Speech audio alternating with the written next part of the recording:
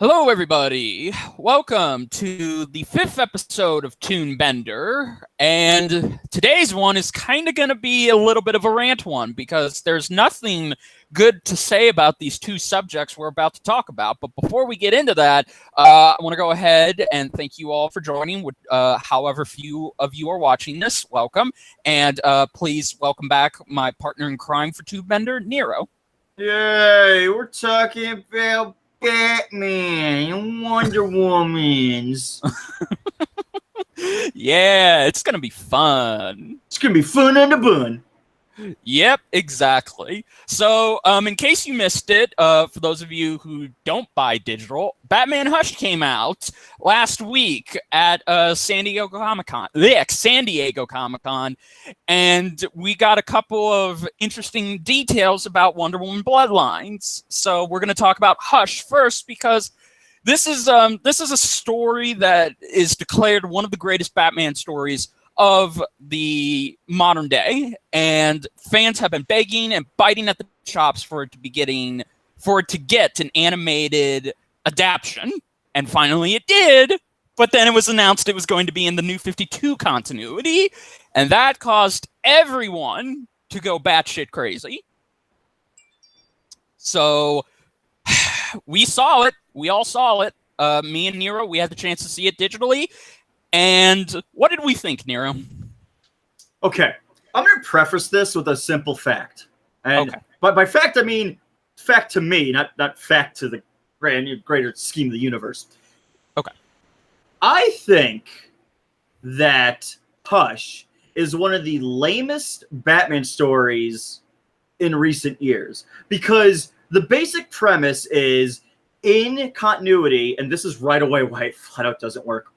In continuity, the idea is that in the ongoing narrative of books is that Bruce Wayne is being attacked, and he's being singled out by this awesome new villain called Hush, which is a very generic design of a guy in like a black bodysuit, and his face is wrapped up a la Invisible Man, and he's got a trench coat. That's how you know he's really, really cool, because he's got a trench coat. And then the idea is that this guy, this character Hush, is coming after him, and somehow he's managed to corral all of his awesome rogues. It's like really the book is more of like a best of. It's as if Jim Lee and I think it was Jeff Loeb, they really wanted to basically do a best of like, you know, Batman's greatest hits, and you'll see all the really cool villains. You'll get like Poison Ivy and Killer Croc, and like every other extended characters from like Batman's universe, like Leslie Tompkins, the doctor he frequently hangs out with, and the Huntress is going to be there. You know, we're going to have, he's going to fight Superman because we haven't seen him, you know, do that stupid trope in many a moon. And in a bubble, the idea could kind of work. Right. But then the idea is like, okay, so who's this awesome villain? And and I know this will spoil it, but frankly, it's not even noteworthy about spoiling, because the big epic twist in all this is they retcon in that Bruce Wayne has a best friend who has apparently been his best friend for years. We've just never heard about him till like, I don't know, 2000, 2003. And this best friend is like, here's my best friend. His name's Tommy Elliott, and he's a master surgeon. He's like the world's greatest brain surgeon. And then the big twist is just like, oh, Tommy Elliott, the best friend of Bruce Wayne, is this awesome new antagonist called Hush. And right away, my criticism with that, even in the book, was like, okay, so what's at least your motivation? And Tommy Elliott, and I'm going to throw on the Superboy Prime voice for this, Tommy Elliott basically showed up and he's like, I'm mad at you, Bruce, because my parents got in a car accident. And, you know, they had to go to the hospital, and your dad was the attending physician. Oh, and your dad died. Are you mad because, like, my dad couldn't save both your parents and he could only save one of them?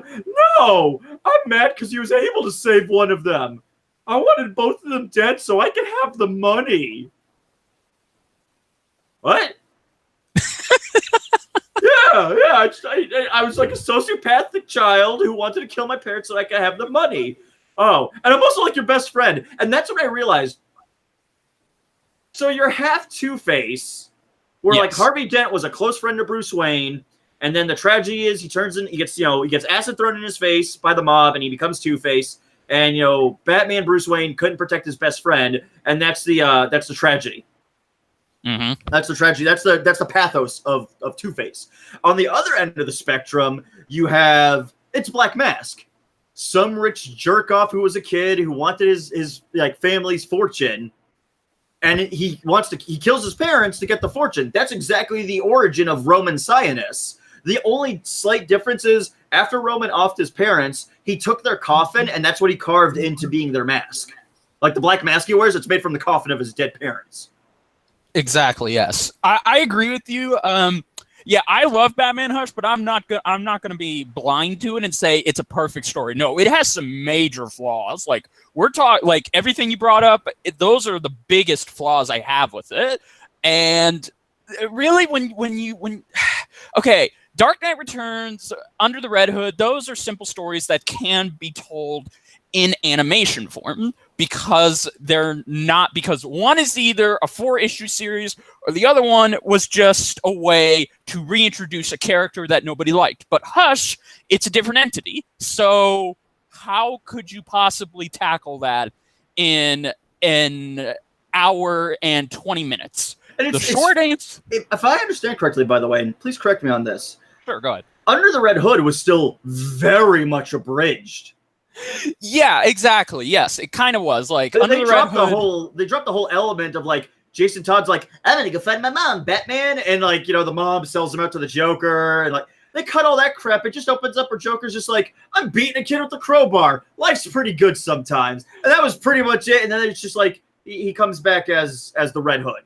Yeah, exactly, because Judd Winnick, who wrote the original Under the Red Hood book, he read all the complaints that people had with it, and he pretty much he picked out how it could be an adaptation into a movie. So he personally rewrote the whole thing, and he decided, okay, I'm going to get rid of the stuff people didn't like, and I'm going to actually go out of my way to explain the real reason why Jason Todd could come back. I really respect that. I really respect. Yeah, exactly. Like he was able to even look at his own writing and be like, okay, this is kind of bloated. I mean, I really should.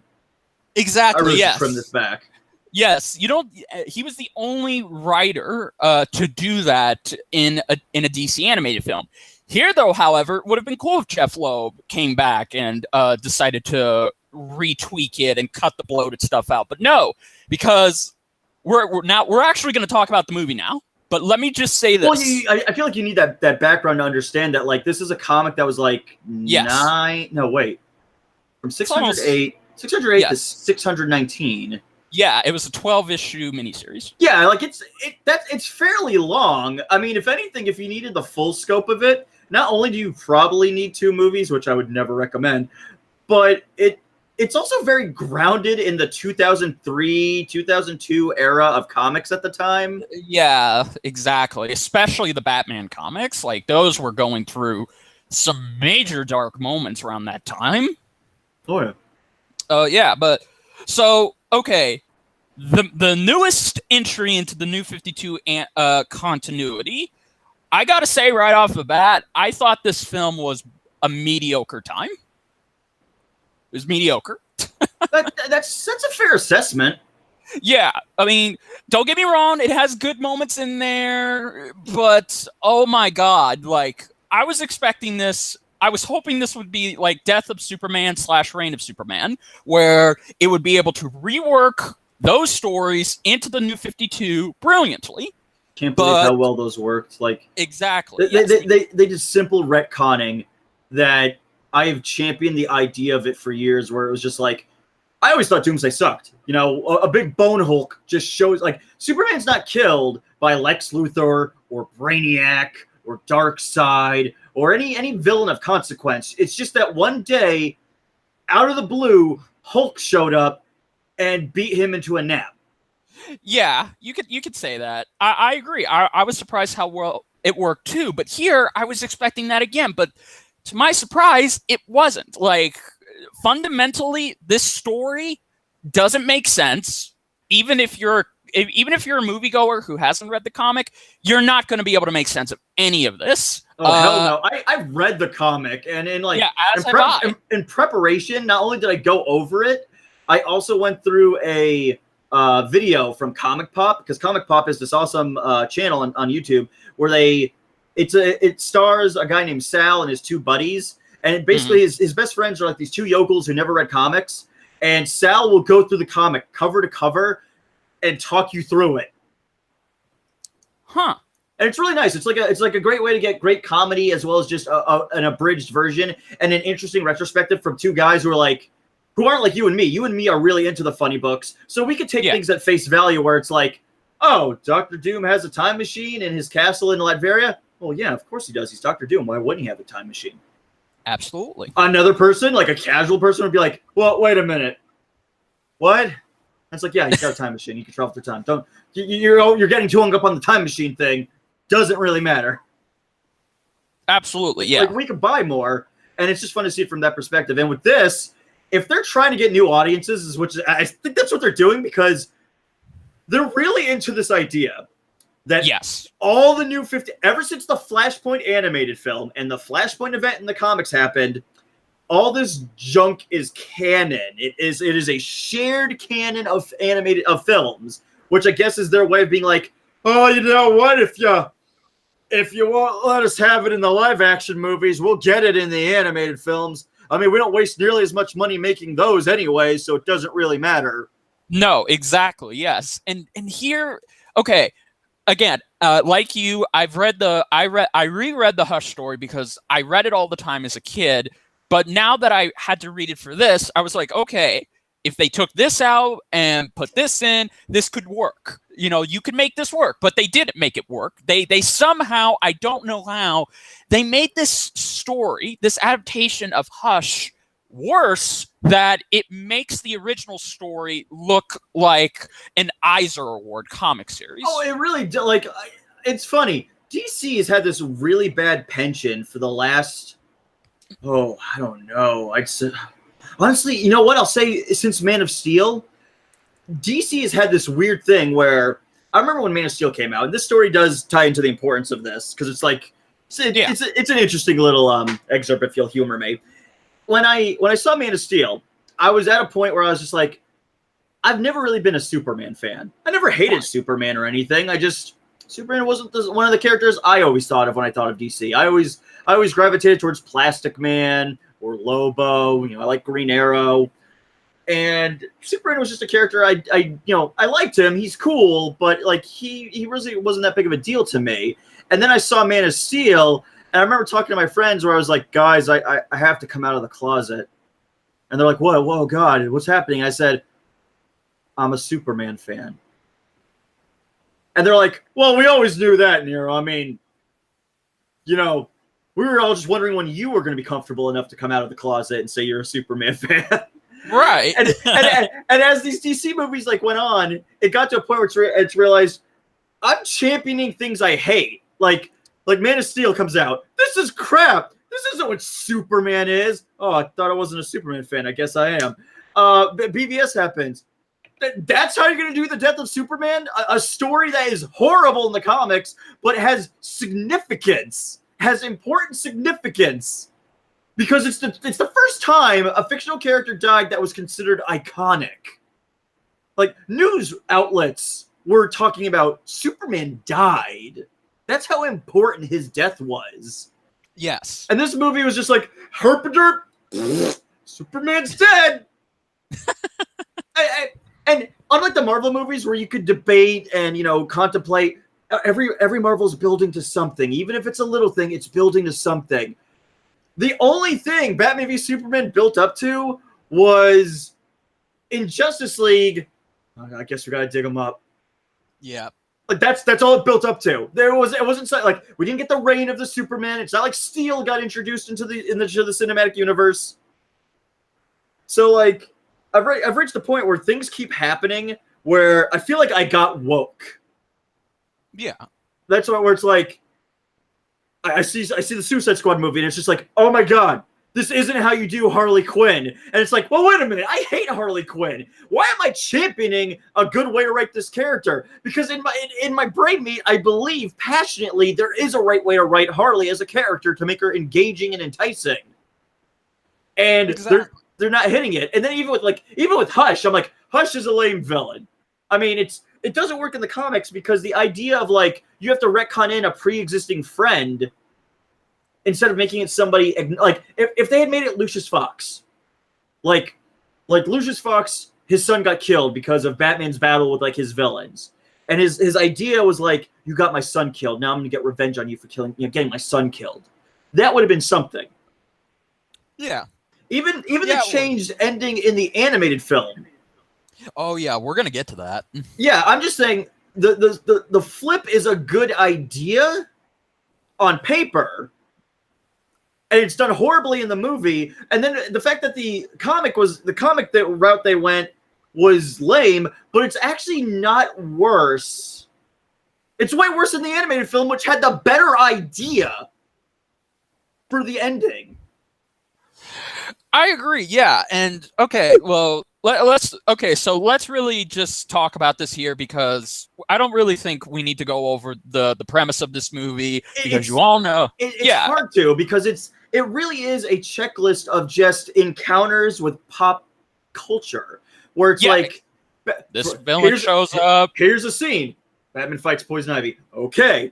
Here's a scene. Batman fights Bane. You remember Nightfall? Okay. You remember the Joker? Okay. We'll put in a joke that wasn't in the comic where Catwoman will fight Harley Quinn and she'll say something along the lines of, "Oh, you still have that stupid jester costume? That went out in the 90s." Because the writer, and I guess maybe it's not even necessarily the writer's opinion. Maybe it's just a Warner Brother mandate where because like they clearly don't like Harley looking like a Harlequin, which is what her name is based off of.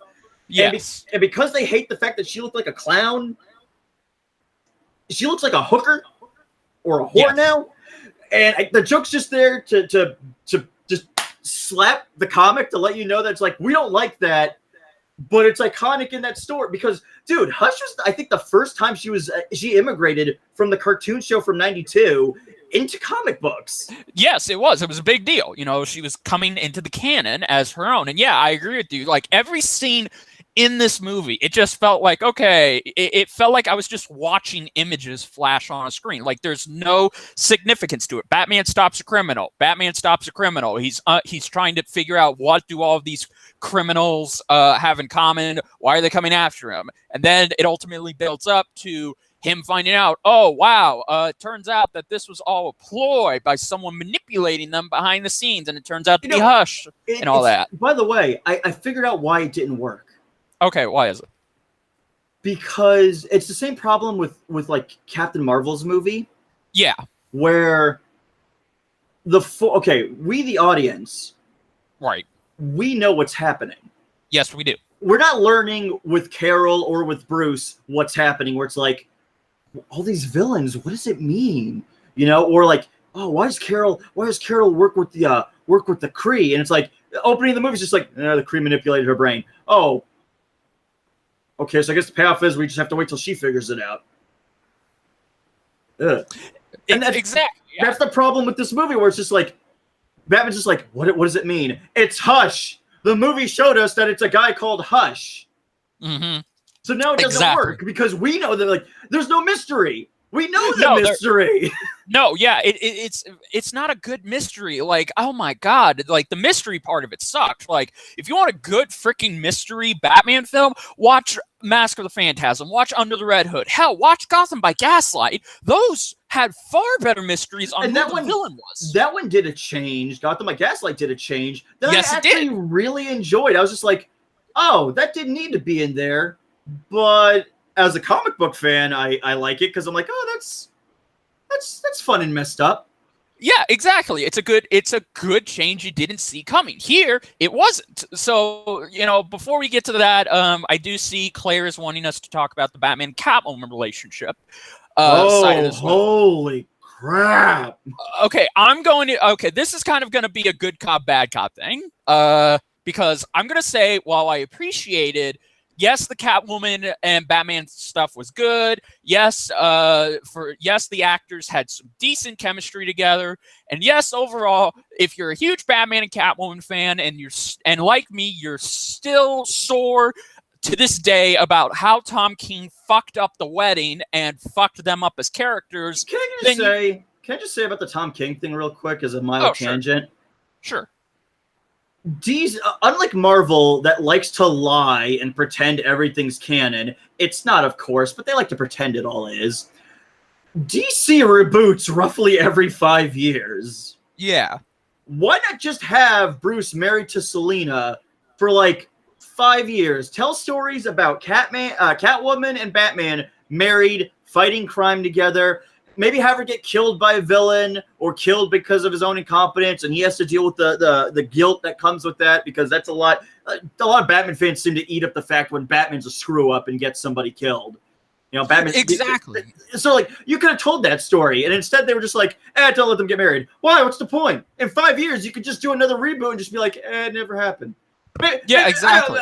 Maybe Batman just shows up and he's like, ever since you got married, you've become a pretty lame duck. I mean, you're a little bit more happy, and like she actually gets along with Damian, and Damian's got an adoptive mom he loves. It's you get a little boring with your optimism, and he just snaps his fingers, and it's like they were never married. And exactly. What's great about that is that Batman really is your Batman fan, like a negative Batman fanboy commentary. Because, like, if you ever did you ever watch Batman Brave and the Bold? Yeah, of course I did. It's my second favorite Batman show of all time. At the very, I know what you're referencing. Yeah, right. In Mightfall, like the last episode of the series, Batman is just this angry little fanboy who's super pissy that, like, Batman's so cool, he's so fun, he could be camp and still be kind of hardcore. And then like cuts to him sitting on his couch in his little man cave of Batman paraphernalia, and he's like, I used to think that, but Batman sucks now. Why can't Batman be dark and cool? And he's doing everything he can to ruin the Batman cartoon so it could get canceled by the network, just so they can make a darker Batman cartoon. That is exactly what Batman fanboys are like most of the time, at least the ones I've been, unfortunate enough to interact with. Yeah, exactly. I agree with you. And, okay, so this relationship, while it may have seemed good in this movie, it has one giant problem. It was never, ever, ever established in the first Batman New 52 animated film. The first relationship that we knew Batman had in this new continuity was with Talia when she gave birth to Damian. Nowhere was Catwoman ever referenced. Nowhere was Catwoman ever mentioned. Nothing. And then this movie comes along and they're like, well, we have to have Batman and Catwoman get together because it happened in the comics, and it's here together. And we're supposed to believe that they've had this go about, that they've had feelings for each other over the past few decades. We get nothing to support that. There is no dimension. Question. Here. What's that? So, from the canon of this, yes, Batman's been active for a while, and he's been with Catwoman. Yes. Was he banging Catwoman while he was still with Talia? I mean, I wouldn't put it past him, because this movie seems to suggest that, okay, Catwoman never knew about Talia. She even says she doesn't know about Damian. She knows nothing. Which, to be funny, to be fair, it gives one of the best deliveries in the movie from Dick. Yes. Where it's like, oh man, did you tell Damian? Who's Damian? His son. And like everyone just stares and he goes, oh, this is going to be fun. Yes, it is. That was one of the best lines. But yeah, this relationship in this movie, while it was written well, there was nothing to make me buy that they've been in love for a long time. Well, I mean, this is the problem when you're trying to make it's trying to be both. Yes. Because in the comics, it's like they've been on and off again for years. Yeah. Since like the last Crisis, they had been on and off again for years. Yes. So it was playing with the idea like he's going to come out to Catwoman as being Bruce Wayne, because she never knew at this point in comics that Bruce Wayne and Batman were the same person. She knew Bruce Wayne and she knew Batman, and she was her pathos was that she was pulled between the love of the Kid Crusader and the $1 billion playboy, and that was it.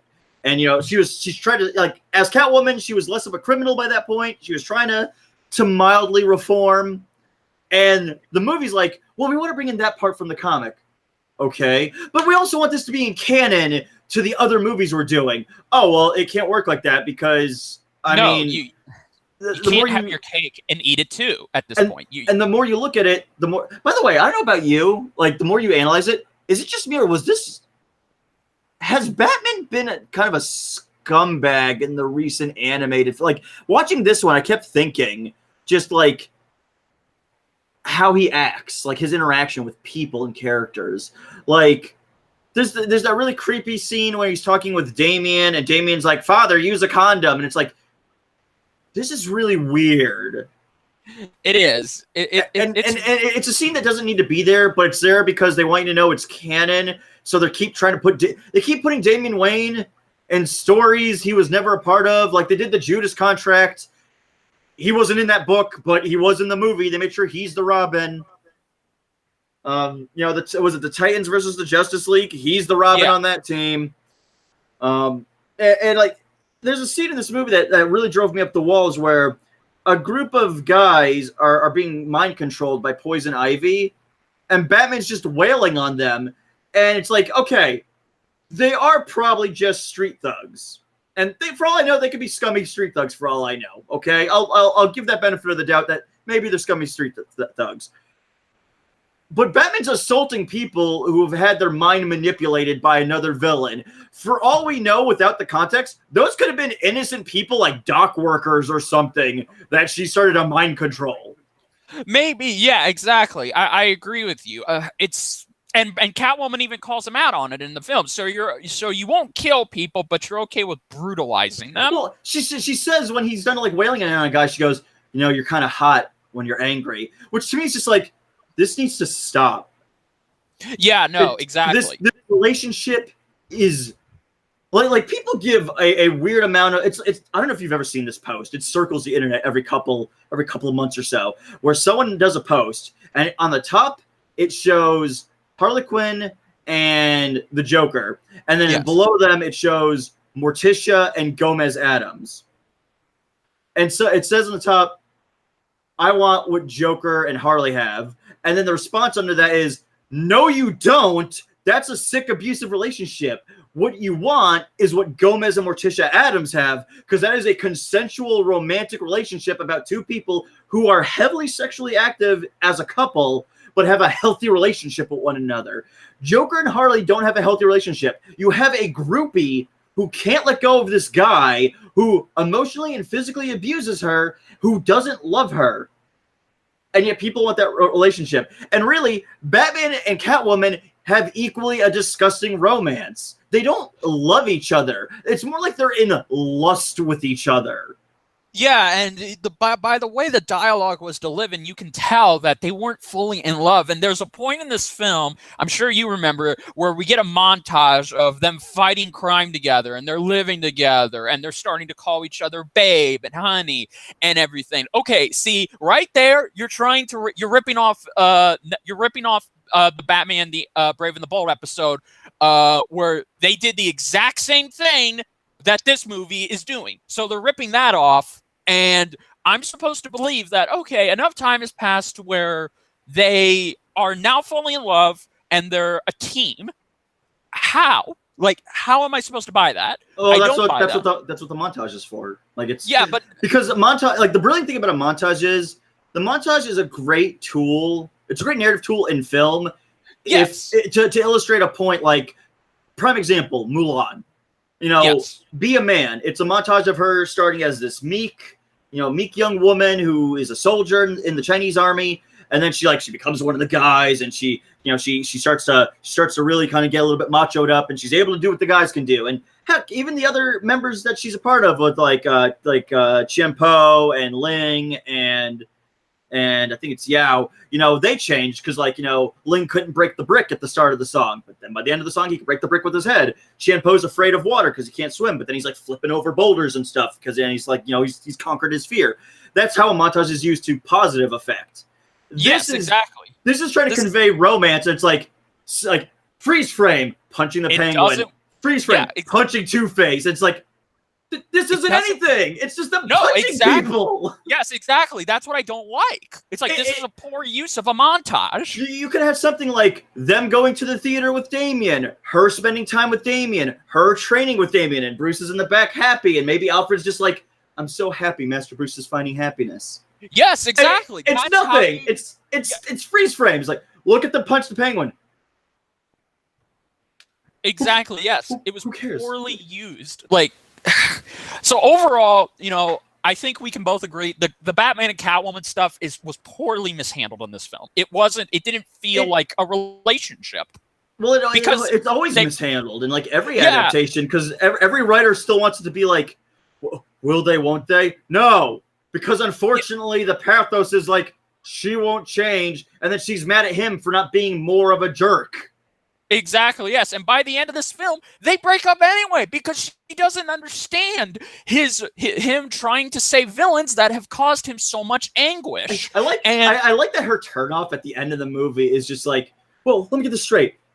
He tried to kill me. He tried to kill Dick. He tried to kill you. And you still tried to save him. Why? Why would you try to save him? And he gives this beautiful, passionate speech that isn't earned where Bruce says, because if I'm in a situation where I can save somebody, everybody deserves a chance to redeem themselves. It's the morally right thing to do.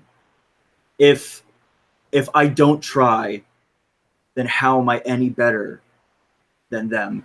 And she looks over and her first response is, you're crazy. You're literally crazy.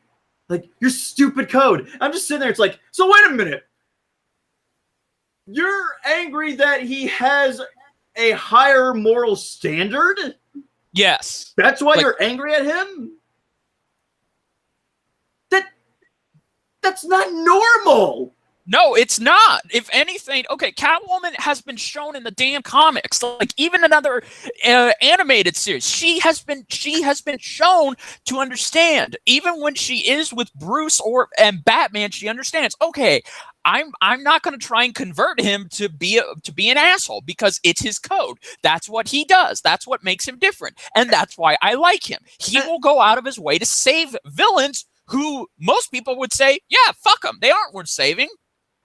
And the thing is, she gets hung up on weird things. And dude, there are creepy moments in this relationship, Rich. Like the part where they're in bed together, and he's like, "Hey, do you remember this?" And he's got the scratches from her claws on his chest, and she goes, "Yeah, I just got my claws for the first time, and I wanted to test them out." And he like looks at her, and she goes, "I'm sorry." And he goes, "I had to change my suit to a higher grade of Kevlar after." And that's pillow talk. That's creepy and disgusting. Imagine if the Joker goes, "Hey, Holly, that scar on the back of your neck. You remember that? Yeah, put in. It's when you shoved me out a window. When you caught Batman, and I was angry at you for catching and trying to kill him without me. Yeah, I love you, Puddin'." Yeah, that's not romantic talk. That's not what people talk about. Jesus, I mean, for God's sake, we just had a Batman and Selina bed moment in Gotham by Gaslight, and it was better there. Well, she wasn't Catwoman in that, though, right? Well, technically, no, she was not Catwoman. She was just, she had the whip, but she was defending women who were getting, butchered by, Was she a prostitute? No, she wasn't a prostitute. Okay, did she run a brothel? No, she was a singer at a theater. Yeah. I don't know why I guess I defaulted because in year one, when Frank Miller wrote the first, like, the in-canon origin of Batman, his first response was, so she's a whore that just screws people for money. And it's like, Jesus Christ, Frank. Well, that's why she has the whip. She could have the whip because it kind of fits the whole cat motif where it's like, it's a whip, but when she ties it around her waist, it's also a tail.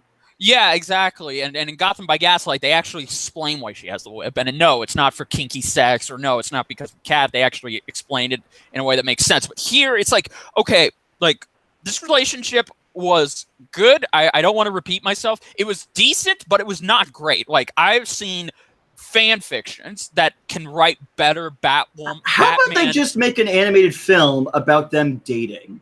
Like, why not? I know it's crazy because I know from an executive perspective, the exec is going to walk in on me and be like, "Hey, what are you doing?" Well, I was thinking we could actually maybe analyze Batman's relationship with Catwoman and actually make it legitimately tragic and engaging, where it's like they both want to be together, but they know that given the way life life has treated them, how their experience shaped them, they can't actually be together. And that's the tragedy of it. It's really sad that like it's genuine, sincere love, but they can't be together.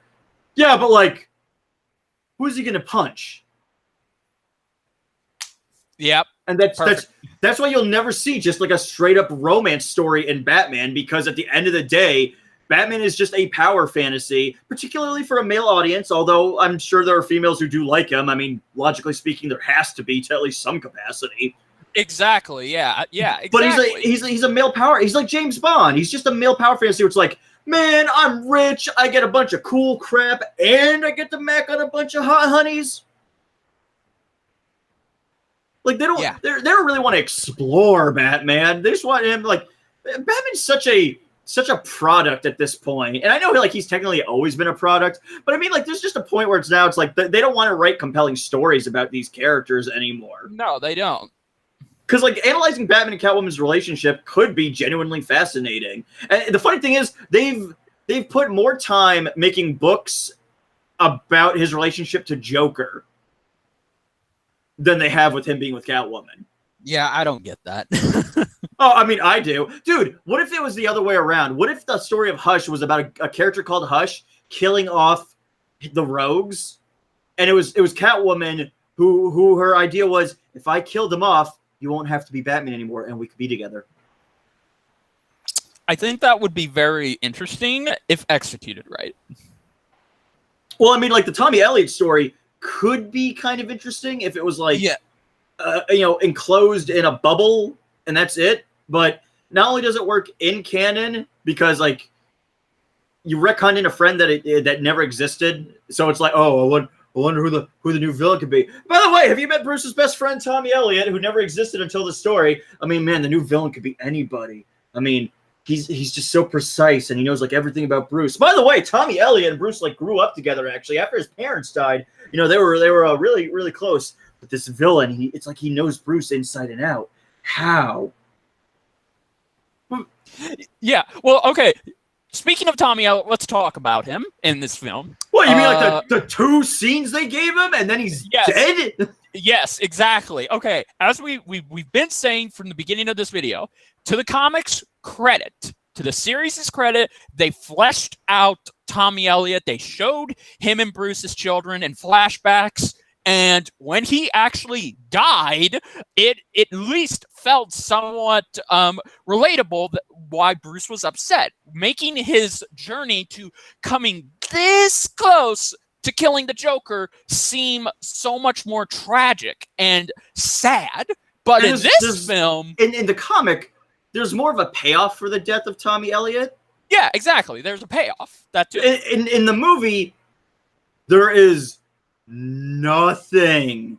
No, exactly. He has two scenes, like only two freaking scenes. He's in the cold open. Yes. And then after Hush takes out his grapple line and he falls, which by the way, that fall should have just killed him. Yeah, exactly. I don't know why they changed that. From the comic, I believe it was he crashes the Batmobile. Yeah, I think he does. Doesn't he like careen out? He like creams through the window, and it's like, oh, that's what causes the head injury. Yeah. And this one he plummeted from so high up. Never mind, oh, he has head trauma. He would be in traction. Yeah, his back would be broken. And mind you, this is a guy whose back was severed by Bane. So yeah. So this was a guy who had a pre-existing back injury. Now, I mean, we could argue back and forth the dichotomy of like, oh, is Nightfall even canon to the? I mean, I'm gonna assume it is though because it's got Bane, and Bane debuted in Nightfall. So for him to be around, one could only assume it's like, oh, I guess Nightfall happened. Yeah, exactly. So yeah, no, we could go back and forth on how him surviving in this film does not make any sense. But then after that, we get to Tommy Elliott's second scene. He is repairing. He pretty much fixes Bruce up, and when he walks out, see, this is what the film wants you to think is misdirection, because as soon as he walks out, he has a grin smile. They hold on that shot of him grinning so dastardly and evil. It's like the scene, like, okay, I don't know if you saw my editorial on Frozen, because it's quite a lengthy piece of work. No, it's I definitely haven't, but I need to get to that. It's very it's about as long as the movie itself, because Oh, wow. I really unloaded on it. But no, it's okay. There's a scene in Frozen where, if you've seen Frozen, the big terrible modern day Disney twist is Hans is the villain for the fucking movie. Yeah, exactly. And there's a scene where Hans talks with Anna, and when Anna leaves, he just looks at her and goes with like a very content smile. And it's meant to be misdirection, because it's like, oh, look how doughy-eyed and in love he is. And the problem with that is the twist at the end comes where it's like he's the bad guy. And if you're a person who thinks with logic, your response is, why was he looking at her all doughy-eyed and in love then? And then you realize that's there for the audience's benefit, not the story. No, yeah. Here, it has no benefit, and it adds nothing to the story, which Claire actually brought up a point that we're going to bring up in just a second. So then the last time we see Tommy, which technically could count as a third scene, but I'm not counting it. He gets the girls out. Well, he gets his girl out. Selena just runs off. Puts on Catwoman, dude. Bruce is like, hey, man, here, get the girls out. I got your back, Bruce. Let's get the hell out of here, babe. Screw this guy. Yeah, exactly. And then moments later, after Catwoman is injured, which, by the way, once again, she got nowhere near injured like she did in the comic. In the comic, she got fucked up. She got an arm broken, for God's sakes. But then we see Tommy is dead. He's laying down, and the Joker is there with the gun that says bang, and Batman starts, beating the shit out of him, and that's it. Tommy is dead. Now, in the comics, if I recall, that was the same thing. Like, they like Bruce, Batman hears a gunshot. He goes into the alley. Tommy's on the ground dead with a hole in his chest. Joker's standing over the body on like a crate, and he's got a gun that says, bang. He has like a bang flag, and he's just like, I know this is gonna be really weird. I didn't do this. I just got here. Yeah, exactly. Here, it is like, at least in the comic, it played out very emotional and tragic. Here, it just plays out like, oh my God, you've killed my best friend. Oh, the anguish. Oh, I'm going to kill you. It's like Tommy Elliott, as Claire just said, if you're going to have Tommy Elliott in this film, if you're going to bring him over from the comics, only to not make him Hush and throw him out after 2 scenes, then why in the hell would you have Elliott in this at all? He legitimately I feel like it was a pretentious. I feel there's 2 ways to think of it. It's either you read the funny books, that's there for you, or it's the lazier way, which is like, well, the mystery sucks, and it does in the comics. The mystery does suck because it's very obvious. Yeah, no, it's not even trying. Here, though, it even sucks more. Oh yeah, no, it's way worse here, because then the awkwardness to it's like, so this is supposed to be an emotional point. Because like in the comics, it makes sense. Or Tommy's whole thing was like, I faked my death because I wanted to screw with you. And I knew getting Joker involved would really trigger you, because it's very obvious you have a problem with him. Yeah, exactly. And if the comics are right, the Jason Todd death is canon. Yes. And it actually plays a bit of an integral role in, in the mind screwing. Yeah, in the second half of the comic. Of the comic. Because in the comic, there's a point where they go to the grave, and Hush takes off his mask, and it's Jason Todd. And obviously, in the comic, it was originally Clayface posing as Jason Todd, because he was hired by Hush to screw with Batman. And Batman even figures out it was Clayface, because not once in that conversation he had with him, he never called him Bruce. Like, Jason, it was that and the fight, because when he's fighting Jason, he said, "You're fighting like Dick." Jason was a lot more clumsy as a fighter. Dick was more coordinated and agile. You're Clayface. You're mimicking. You're mimicking. Yes. And he's just like, yeah, you got me, Batman. And then the retcon later on was, no, it was really Jason Todd just screwing with you. Yes. But Here? they got rid of all that entirely, which is weird, by the way, because later on next year, they're doing a shorthand version of Death in the Family anyways. So they might as well put Jason in this to build up to that. Yeah, exactly. But no, in here, it's even worse because we might as well just get into who the hell Hush is, because if you all were expecting it to be Tommy Elliott, it's not. He literally was wasted in this goddamn film. So who is it? Get your ears ready for this one. It is none other than Edward Nygma. Which it could be good. It could. I was hoping it was good. Because to me, the idea of maybe it being one of his other villains is way more interesting than retconning in he had a BFF that none of us ever heard about.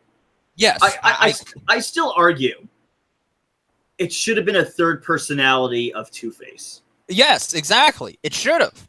And at least then the name Hush could have some meaning behind it, where it's like, why is he called Hush? Because like in the comics, Tommy Elliott is called Hush because of the nursery rhyme Hush Little Baby. Mm-hmm. I don't know exactly why he's named after the nursery rhyme. I don't recall them ever going into detail why he's named after the nursery rhyme, but he's named after the nursery rhyme for whatever reason. In this, Riddler, it plays out like the comics where like Riddler's got basically brain cancer and he goes to Tommy Elliott because he's a master surgeon and he's like, Tommy, fanoodle in my noodle and fix my brain meats. I can't, Edward. You got the tumor. You're just going to drop dead. I did all I could. Oh, yeah? Well, screw you. I'm going to murder you. I'm not sure why you're going to murder me. I mean, I didn't give you the tumor, so I don't know what you're pissed at me for. And then Riddler goes and farts off to a Lazarus pit, which they, by the way, I love how passively, for some reason, they still felt the need to keep in, like, the Lazarus pit subplot. And there's no follow-up whatsoever where it's like, originally in the comics, it was Talia al Ghul, but like you said, they killed off Talia, so it's like, Lady Shiva, all this crap's interchangeable. Who cares? So, like, Lady Shiva shows up on behalf of Raish, and she's like, someone defiled one of our Lazarus pits.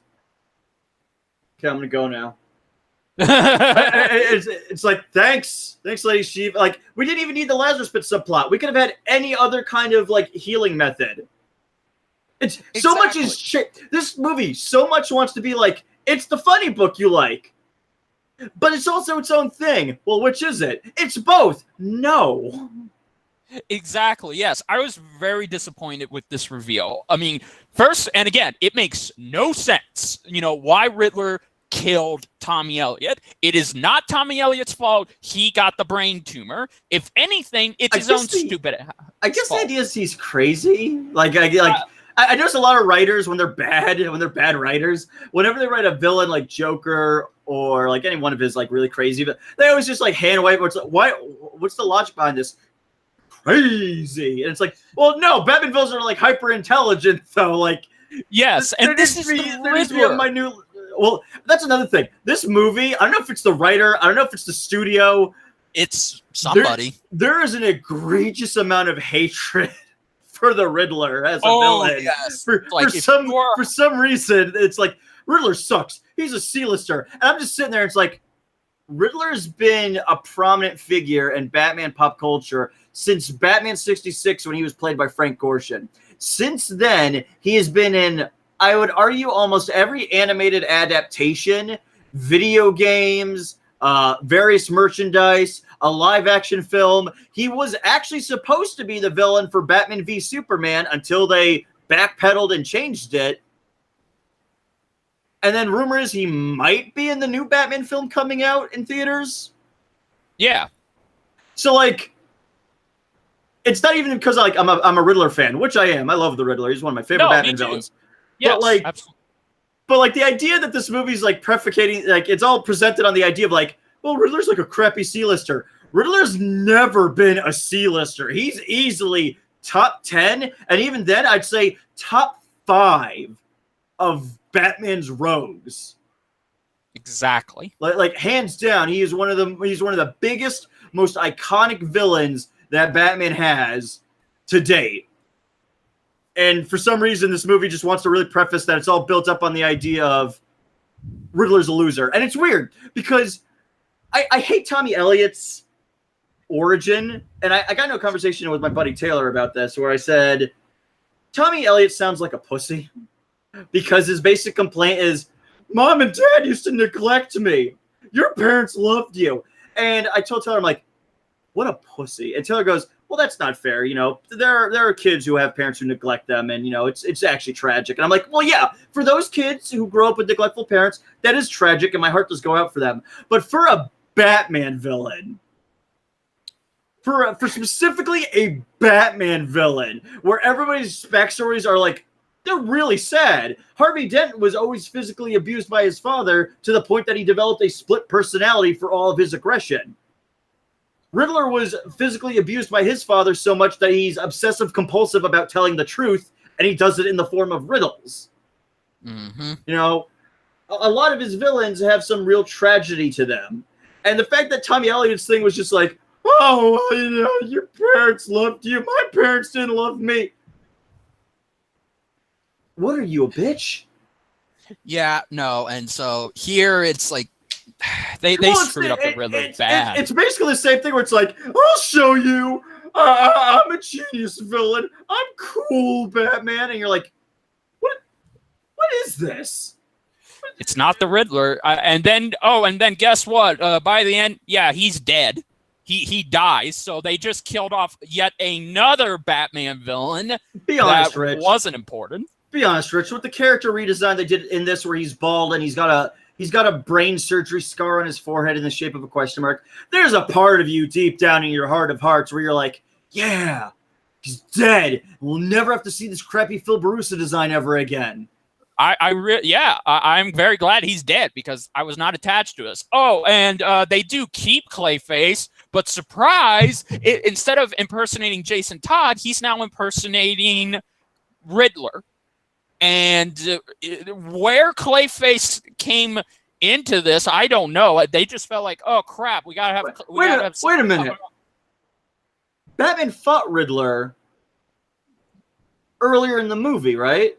Yes, he did, and that was supposedly Clayface. But when he like picked him up and put him against the, would he have been able to feel that like he's dirt? Because, like, Clayface isn't solid or anything. Like, Clayface isn't like, anytime you touch him, there's a little bit of throwback. That's why when Batman, like, punches him, it, like, sinks through him. Yeah, exactly. I don't understand that. Like... So, wait, so that means Batman probably didn't do any detective work when the van topped over, because there could have been a logic of some clay residue in the truck. There would have... Yeah. Yeah, no. It actually falls apart now because he doesn't really do any detective work in this movie, actually. Yeah. He doesn't. He's not a detective. It's more like just set pieces happen. And here's the thing. The villains, I've said this to you before, where like one of my criticisms about the Hush story in the book is that it really is a best of. You know, let's see him fight Poison Ivy. Let's see him fight Killer Croc. Let's see him, go against the Riddler. Let's see him go against Joker. That's my criticism is it does feel like a best of. That said, it is of Batman's coolest villains. So, I mean, it's really nice to see them all again. It is. But in the book, it makes perfect sense. Where it's like, how did Hush get all of you corralled into this? And Poison Ivy was like, well, I did it for the money. So did Killer Croc. For some reason, the movie opted out Killer Croc for Bane. And my only guess is they're setting up for another Suicide Squad film. That's why they had the whole scene with Amanda Waller. So I think there's going to be another animated Suicide Squad movie coming out down the pipeline. Yeah. Keep that under your hat. I bet you maybe next year they'll probably announce another Suicide Squad movie. Like, at Absolutely. least and in the few years to come, either next year or maybe a year after, I bet you they'll announce another animated Suicide Squad movie if all the canon crap is still trying to be circled around. But Exactly. they have Bane, and Bane wants a new version of Venom. So that's his payoff. And then when the changes set in, everything falls apart. Because it's like, why is Clayface here? And for Clayface, the idea was he posed as Jason Todd to screw with Batman because that's what Hush hired him for. And when Batman had asked Clayface, it's like, I don't get it, Carlo. You know, why would you do this? And for those who don't know from the comics, Basil Carlo was like a failed actor, or sometimes I think he was like a silent picture actor that like just kind of went out with the times. But the point is, he's an actor. So when he asks Carlo, he's like, "I don't get it, Carlo. Why'd you do it? What was the point?" And for Carlo, he said, "Oh well, it was the role of a lifetime. You know, I got to play Robin, and that's why he did it." And for Joker, Batman had asked, "I don't understand. Why? You're not a henchman. Yeah, you don't play second fiddle to anybody, Joker. Why would you do this?" And Joker looks at me and goes, "I just thought the Robin joke was really funny." And the thing is, I love that. Me too. Like to me, it's like that sounds like Joker. It does, but look, speaking of Joker, let's talk about his inclusion because remember, once again, like Catwoman, like Clayface, like Riddler, like Scarecrow, like Poison Ivy, like was this a reintroduction? Was this like a first introduction to a lot of his major rogues? Yes, it was. Woof. That's. Yeah, the Joker in this was just. I'm trying to think of like just real quickly like other rogues. It's like Firefly's dead, Mad Hatter's dead. They were in previous movies. Yeah, Talia's dead. Ra's Ray. al Ghul. Yep, Deathstroke is definitely dead again. Let me see. Tara is dead, although she doesn't really count as a rogues gallery to the Batman. No, wait. Deathstroke's dead. He died once in the first film, and then he died again. I was gonna say, like, well, wait a minute. He died in the one where, like, he gets his ass whooped by Damien, and like a 12-year-old spanks him. But then the Judas contract. I'm like, well, wait a minute. And then he says, "Oh, yeah, the Lazarus Pit's been keeping me alive." Oh, but, for God's. Exactly. They abuse. By the way, Mr. Freeze was also in this movie. You forgot, like, the montage. Like, Mr. Freeze is in this. The Penguin's in this. Two-Face is in this. Yeah, most of Batman's A-list villains make their first appearances in this film, and they're never referenced. Only Two-Face and Joker were referenced in the first movie, so for all of them to appear in this movie, it just piles on more. They don't really leave a lasting impact. I mean, maybe the Joker could come close, but he's only got 2 scenes, and then he's gone. I don't like Jason Spacek.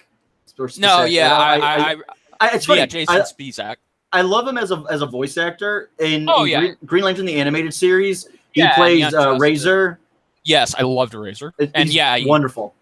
Yeah, he played Wally in Young Justice Season 1 and Season 2. He's perfect. Here, as the Joker, he's not good. I'm sorry. He tried. If you're going to get actors who are just going to constantly try and be Mark Hamill, either get Mark or just get Troy to come in and rehash his Mark Hamill impersonation and call it a day. But for Christ's sake, stop getting people. It feels random where it's like, I don't know, Jason Spacek, Brent Spiner. I don't know. Who are we casting? I don't know. Yeah, exactly. Get John DiMaggio to do it again. Yeah, why not? Bring him back. It's not like you can't. The rogues gallery in this was just meh. It's just meh. Like the comic again makes more sense. Killer Croc does it for cash. Ivy does it for cash. Joker does it because he thinks it's funny. Clayface does it for the role of a lifetime. Two-Face did it because Tommy Elliott fixes his face. Yeah, they all have motives in this one. In that one. They don't have a damn motive in this one. All they have is they're all set up by Riddler. That's it. I want to know, by the way, this is the comic nerd in me coming out. Okay. Riddler's thing is like, I'm good with puzzles. Yeah. That's it. Yeah. He can't like make Venom. No, he can't. Like, do you think he just took some like Monster Energy drink and put it in a vial? And he's like, here it is, Bane. Here's some Venom. I promise you. Hush, you okay? Oh yeah, I just got tickle in my throat. Go take care of Batman. And it's really just like a placebo. Like Bane's like, oh, I'm jacked on my new Venom, and it's just Monster Energy drink. It's nothing. It's like I put some Gatorade in a needle. I just gave it to him. Exactly, yes. So, yeah, to wrap this up about this whole damn film, it was, in my opinion, I can't decide if it's worse than Batman Bad Blood, Batman versus Robin, or Son of Batman. I would say it is on the grounds of they took a already not that well written comic, but the comic has actually improved because of how bad this is adapted. Yes, I agree. Like, this makes you appreciate the comic even more now. And what sucks about this is we just got Batman versus TMNT. We got the masterpiece that was that film 2 months ago. And that was now the celebration. That was the 80th. By the way, we should have really prefaced this at the top of the hour, but no, it's okay. Happy birthday, Batman. Oh, yes. Happy birthday, Batman. And happy birthday to Bill Finger, who created all the iconography. Yeah, from the Batmobile, the design, the costume, the cowl, the shield, Robin.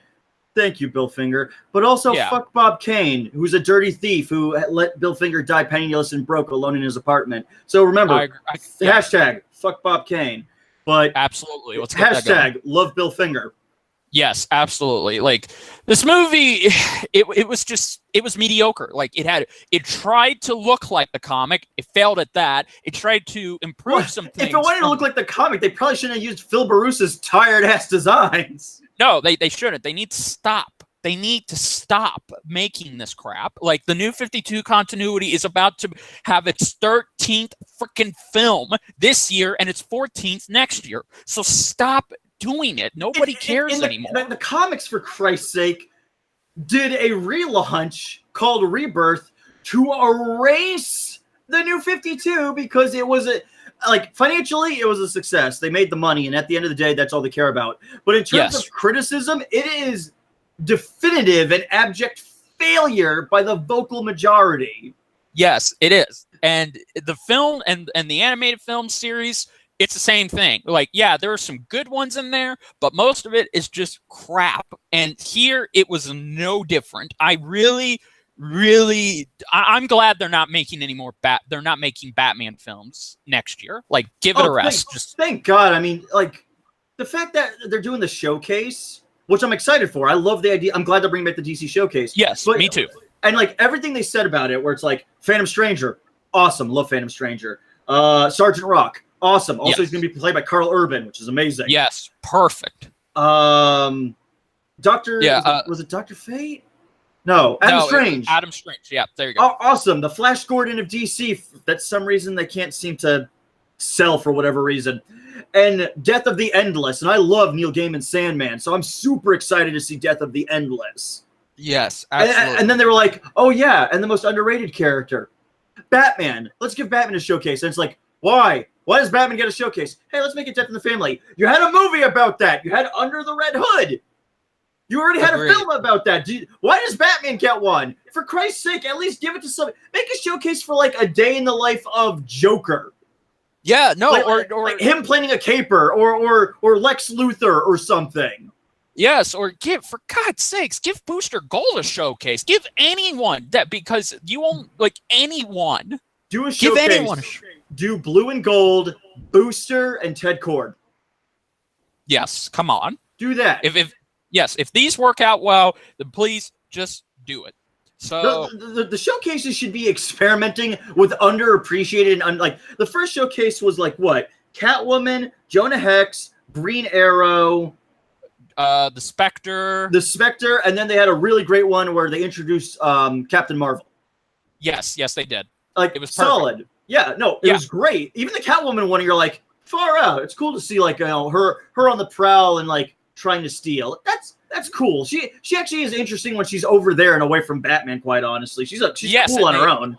Yes, and they had their own distinct styles to it. They had an interesting style to it. And this one, I guess we can call season 2 of Showcase, most of them are good except the Death in the Family one. They're only doing this because it's an excuse for them to finally give the fans what they've been wanting for God knows how long. That's it. Like, that's the only reason I can think they're doing this. But they already had Death in the Family. They got it in Under the Red Hood. Why do they need it again? I have no idea. At least Reign of the Superman and Death of Superman did a better job of that storyline than Superman Doomsday, where they compacted both elements together and it was just a train wreck. Oh, yeah. Okay, well, speaking of that, let's get to the second topic of this discussion, the last topic, if you will. Wonder Woman Bloodlines is the 13th entry into the New 52 continuity. I put that in quotation marks because somehow this is canon to that universe, but it's a different animation style. It does not use the Phil Barassa style. It uses something that you would probably see in DC superhero girls. That's what this animation. That's gonna be really weird when it's like really dark and morbid and like sad. Yeah, exactly. And this is a prequel to Justice League War, by the way. Yeah, dude, I was wondering that, by the way, when you sent me the clip earlier and I watched it. I was sitting there, I was like, okay, wait. And then the moment I saw the Parademon designs, I was like, oh Christ. Yeah. It's the crappy freaking Flashpoint designs, and worse off still, it's a origin story of her meeting Steve Trevor. That was what the 2009 animated film was, and that was great. Yes, and they're just doing it again here. It's like we've seen this introduction of Steve Trevor twice. But Rich, you didn't see him introduced in modern day. The other one, it was lame because he was introduced during World War II, and it had like Ares. Yeah, Alfred Molina. Yeah, exactly. By the way, Steve Trevor made a cameo in Justice League War, and he was never referenced or mentioned again. He was in Flashpoint, but I think Diana killed him in that. Yeah, she did. And so now he's back here, and I'm looking at this animation style because I guess that's all we can judge it by. But from the story and the plot of it, like basically, it just sounds like it's doing the first two movies all over again, but adding a different element to it. I wanted to mention that to you too, as well, where it's like after you had sent this to me. And I was looking it over. I got really angry because it's like it's gonna be her meeting Steve Trevor. Yes, the 2009 film did that. Her live action film did that. And now you're doing it again. Her live action film is basically a watered down, lamer version of the 2009 animated film. Yes, absolutely. I'm so sick of her meeting Steve Trevor. Yep, me too. It'd be better if she goes to that jet and she's like, oh my God, it's Steve Buscemi. Hey, Wonder Woman, it's me. And it's like, okay. That would be yeah, I know. Okay, so here's the official plot of the movie. When Amazon Princess Diana of Themyscira chooses to save fighter pilot Steve Trevor, it is a choice that will change her world and hers, fulfilling the role of both ambassador as well as protector. Diana earns the name Wonder Woman from the gracious people of Earth, but her heart is as strong as her will, as she is determined to help a troubled and embedded young girl whom has fallen into a deadly organization known as Villainy Inc. Get ready for an exciting action-packed with brutal battles, myth, and wonder. I'd like to point out, I love the line you read where you said, the people of Earth name her Wonder Woman. This is in the same canon where when they first debuted the movie of this universe, a heavy-set man who cross-dresses as her looked at her and said, look at you. You're crazy. You run around with a sword and dress like a whore. Wonder Woman, the spirit of truth, ladies and gentlemen. Mm-hmm. DC, get your houses in order. Exactly. I have no expectations for this film. I mean, no. Yeah, cool. You're bringing Rosario Dawson back again as Wonder Woman when she specifically stated she wanted to retire. But now you're like, no, we need you. We can't replace your voice because... You don't understand, Rosario. Everyone shows up to hear you play Wonder Woman. I mean, it's like you're the Kevin Conroy for Wonder Woman. Yeah. Who's Susan Eisenberg? Who the hell's that? When was the last time she ever played Wonder Woman that mattered? What about that animated series that's like considered the cornerstone of what made DC characters household names for a lot of children growing up? Yeah, I don't understand this. I'm like, okay, why did it take them this long to give Wonder Woman her own film in this universe? Well, because dude, the 2009 animated Wonder Woman film, I had asked people who worked there. I was like, I don't understand how she hasn't gotten a sequel. You guys set it up at the end, like Cheetah shows up at the end of the 2009 film, robbing like a museum, and it's like, oh, so where's the sequel where she's gonna like battle Cheetah? And the person I talked to, and I'll keep names off the record because I don't want to out them and like maybe get them in trouble or something. No, it's okay. But they had said, oh well, the movie didn't make money, so the studio was like, well, we're not going to do that again. That's it. It's like even though it's like she just had a successful film, shouldn't that have bankrolled the idea of a Wonder Woman cartoon show at least? Yeah, exactly. It doesn't matter how. Let's not talk on like the grounds of like, oh, Rich, they have some kind of artistic integrity, because we know they don't. No, there is no such thing as artistic integrity when it comes to the higher ups known as the Warner Brothers executives, or the AT&T executives for that matter. But but again, here's what this universe has been consistent of: Justice League, Batman, and Superman, and Teen Titans, and 2 Suicide Squads. Oh yeah, that too. Well, one of them may or may not be canon because it's half and half. Because again, we want that cake, Rich. That cake, Rich. I want to eat it. Yeah, exactly. So after all of that, now you're like, okay, we need to give one of the other members. Oh, and how could I forget the Justice League Dark? Like, how could I forget them? So because everybody did. Yeah, exactly. God, who could forget Justice League Dark? Who? Oh. Yeah, that movie was terrible. But anyway, so after all of those, you finally decide to give the other league, or the one other member in the Trinity, her own film, and it only took you half a decade to do it. Better late than never, eh, Rich? Yeah, exactly. It's like, I don't understand this. I'm like, why? Just Wonder Woman has made an appearance she's appeared 3 times this year in animation. She appeared in Justice League versus the Fatal Five. She's going to appear in Scooby-Doo Guess Who, and now she's going to appear in this. Do you think they're going to get the woman who played her in the 70s to do her on Guess Who? I really would like that, but I hear it's going to be the voice actress who played her in Justice League Action. Oh, well, she was great. Oh, yeah, I liked her. I mean, I love Justice League Action. I'd love a movie of that. Like, yeah. Oh, my God. I hate how they can't. But, by the way, the Riddler in there, you would have... I don't know if you saw his episode. You would have loved it. No. They took it from an era... They took it from an era in the comics when he retired. So he's a private detective.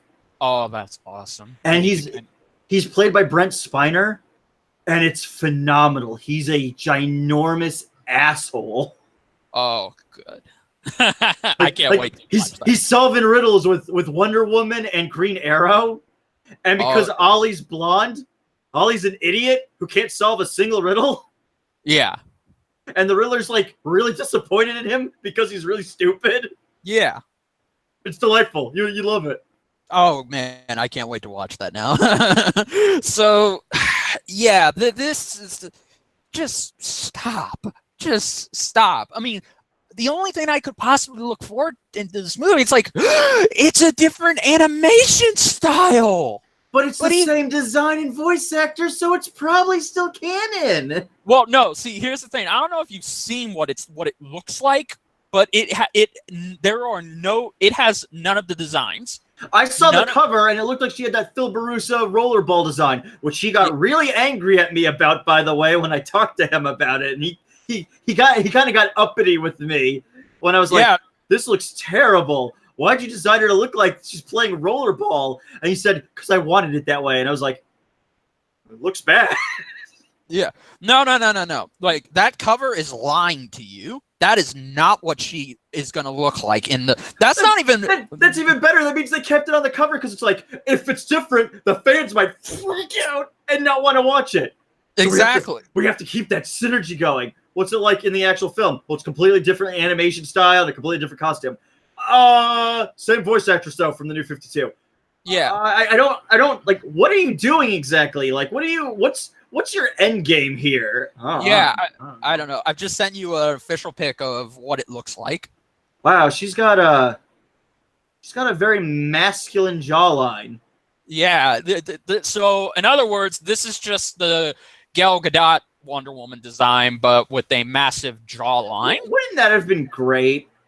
Oh, I bet if they asked Gal, I bet she would have said yes. Oh yeah, absolutely. It's like, why not? And that dude with the beard is supposed to be Steve Trevor, but when we saw him, he didn't have a beard. So if you put a helmet on him and a hammer in his hand, he looks like Thor. Yeah, I know. He looks like Thor. Who's the black broad? Is that Etta Candy? Let's see. Because when I was growing up, Etta Candy was white, so I don't know if they race bent her when they did the New 52. So yeah. Well, here are the list of people that are going to appear in this movie. Her rogues will be Silver Swan, Cheetah, Giganta, Dr. Cybra, Dr. Poison, and Veronica Kale. Her allies will be six villains. Yeah, her allies will be Hippolyta, Steve, Fenderin, and Etta. Okay, yeah, Etta Candy I know about. Etta Candy she was in the live action film actually. She was like the sassy British woman. Yeah, so that is Etta Candy. Okay, I guess she's black now. Yeah, I guess so. So I mean, if I did the reverse and I was just like, man, I want to make Blade white.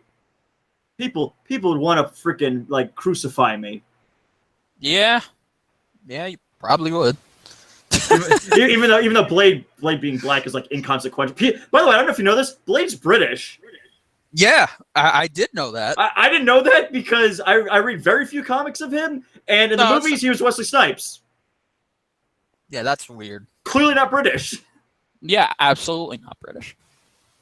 I mean, this doesn't look good to me. I know I sound like an asshole. No, it doesn't look good. I mean, changing the animation style is not going to win me over. I mean, yeah, if it has a good script, okay. But I'm not excited for this because, I mean, it's the New 52. I originally thought this was going to be an original film. If this would have been an original film, okay, awesome, bravo. I'm happy about that. But we'll get one original film next year. And only one of the films will be an original film. The rest are going to be rehashes of something else.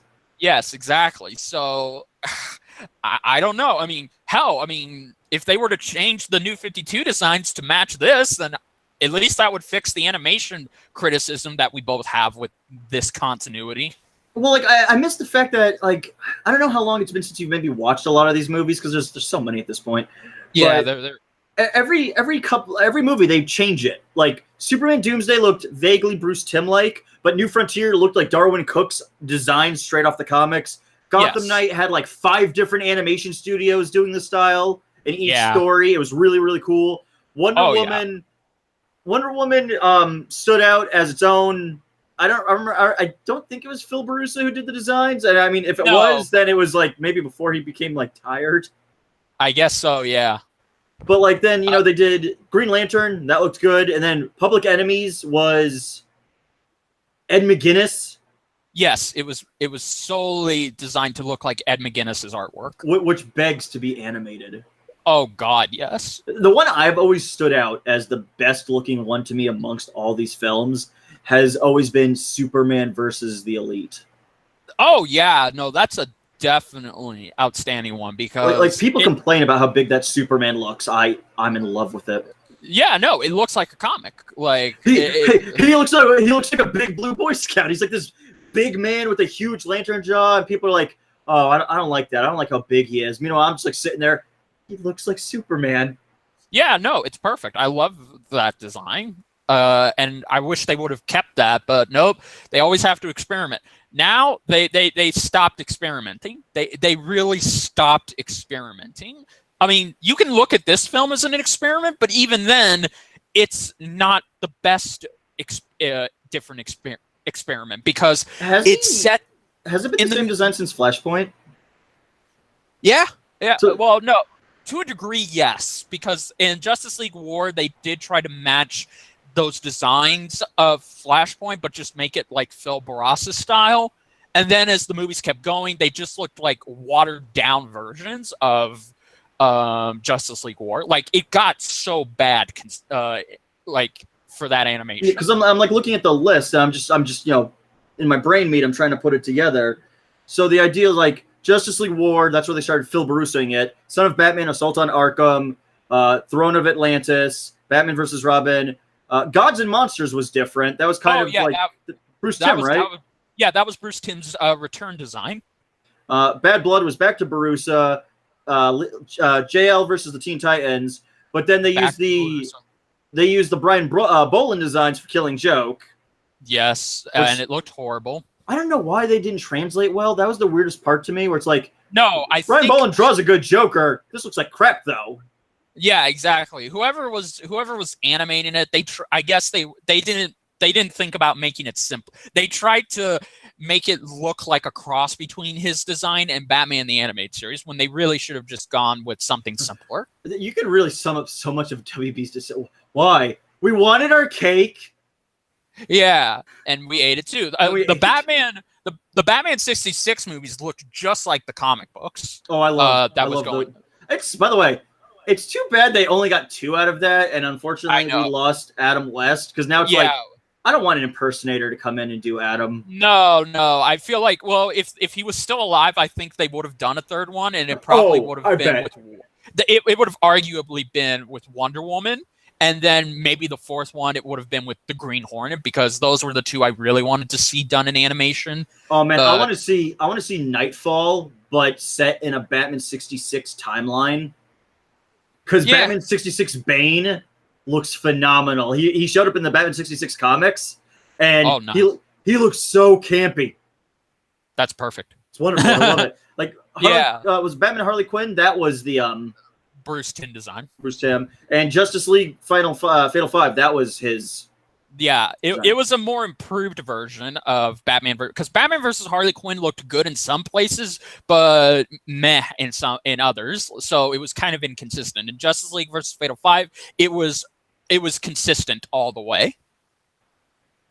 And then, so now we have Bloodlines, which I guess it looks okay. I mean, like, but at the same time, it's like, it's gotten to the point for me where it's like, I don't even care that you're changing the art style. You guys took so long for us to get here. I mean, what's the point? It's like you've been kicking me in the nads nonstop for like a decade. Well, now we're gonna start like punching you in the shoulder.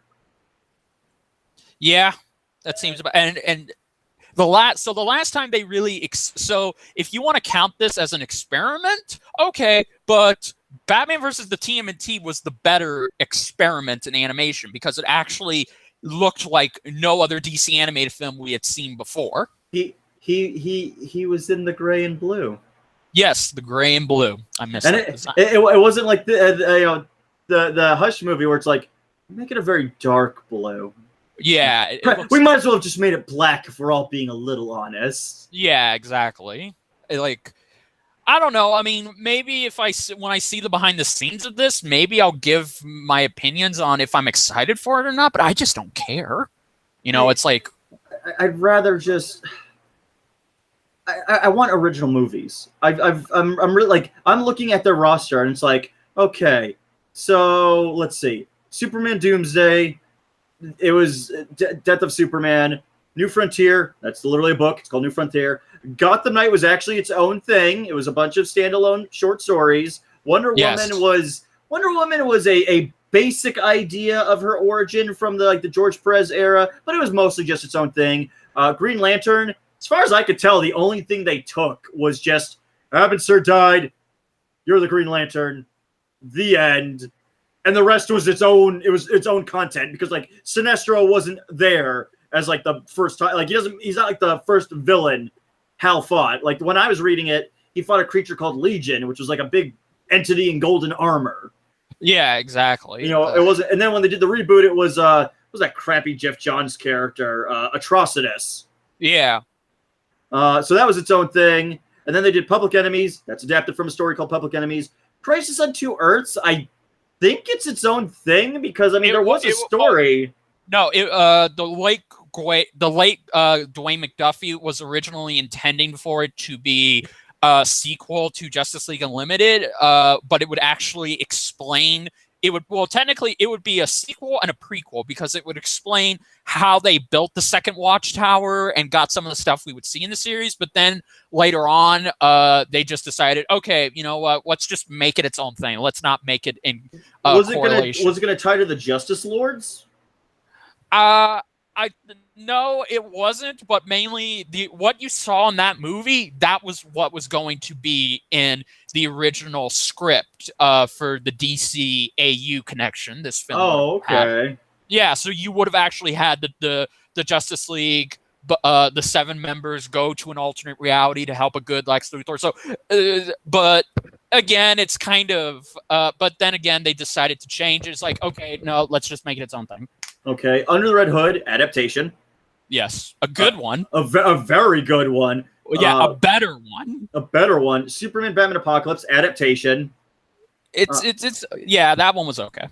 Yeah, I don't like the art style. Everybody's lips look really weird. Yeah, they want. Also, this is a nerd thing. I don't like it when Darkseid raises his voice. Yeah, I can feel that. I like if you ever watch Superman the Animated Series and Justice League. Yes, Darkseid never raises his voice because he knows he's in command no matter what. Like, even if he's losing, he's just very calm and subdued. Exactly, yeah, so... Also, yeah. Superman, I love...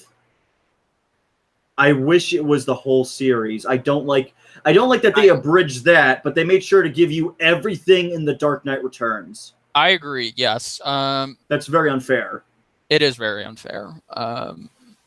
Yeah, no, you bring up some good points. Again, we've had mixed ones. We've had good adaptations. We've had original stuff. We've had bad adaptations. We've had movies be their own thing. And to me, it feels like, okay, we need to go back to a good mix of original movies and experiments while having a good adaptation here and there. Like, this day and age, it just sucks. I don't understand why they don't make original content. I don't know if there's a business, because like when I talked to one of the people who work there, the reason why they do Batman is because Batman's a safe bet. You can make a Batman movie about virtually anything, and it sells you regardless. But why aren't there then just original Batman films? Exactly, I agree with you. You know, do a story where he and Damian are traveling around the world together, and he's training and connecting with his son, and maybe they're being hounded by the League of Assassins or the Court of Owls or Deathstroke or something, and maybe Deathstroke's got like a group of assassins or something. Like, just something, you know? Because like so much of this has just been, well, let's just adapt stuff. Look, I'm not saying that you shouldn't adapt stuff. I mean, there are plenty of good stories out there that would be nice to see adaptations of. I know it sounds crazy. I'd love to see All-Star Batman and Robin turn into an animated film. I'd love to see how that colossal nightmare translates into an animated. I want to see an animated Batman scream at a mentally abused child and call him retarded. Mm-hmm. Like, I legit want to pay to see that. I would pay money for that. Make an animated Doom Patrol movie and then get the cast from Doom Patrol to come and like do the voiceover. I know, that would be nice.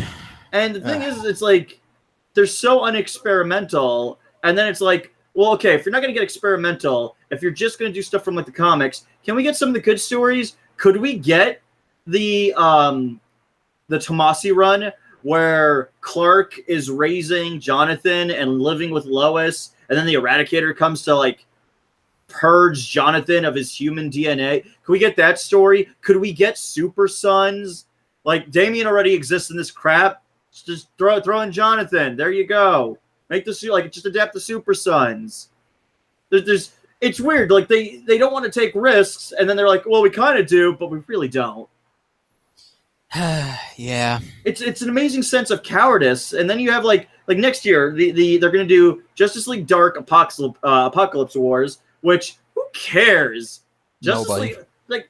I like Justice League. I mean, I like the current comic, the New 52 before Rebirth. It sucked. I read that run. It was boring. Yes. The Justice League Dark is a cool team because it's basically one of my favorite teams that DC hates, and it's a team called Shadow Pact. Yes. And it's a team with all these cool magic characters like Blue Devil, which I'm sure everyone who's watching this has never heard of Blue Devil unless you're watching Swamp Thing right now. Detective Chimp, characters like that. And now they're like, well, we're going to give Justice League Dark, the animated film, its own a sequel. okay. Swamp Thing's dead. Yeah. Like, you got rid of the strongest character, which is, I think that's kind of funny almost in a way, where it's like, we killed off Swamp Thing. No one's going to care about that. We just released a live-action show. Boy, we probably shouldn't have killed. It'd be like if...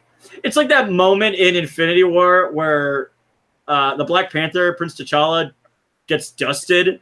And it's like, do you think they knew his movie was going to make like $1 billion before they signed off on that? Probably not. And it's like, oh, Jesus. We screwed up so bad. I can't believe we gave him the axe.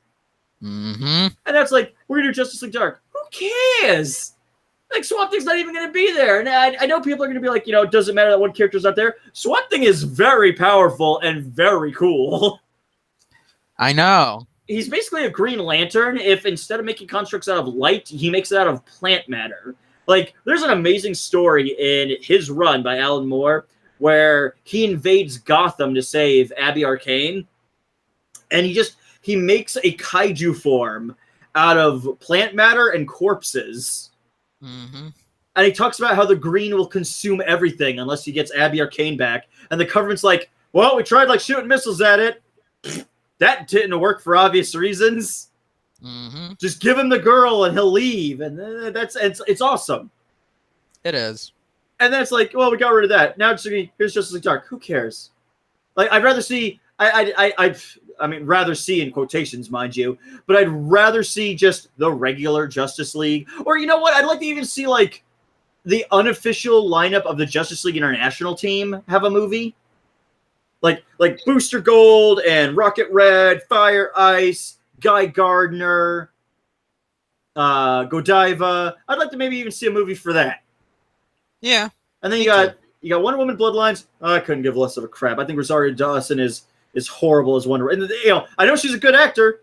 She was on those Netflix shows from all those Marvel shows. She was in every freaking one of them.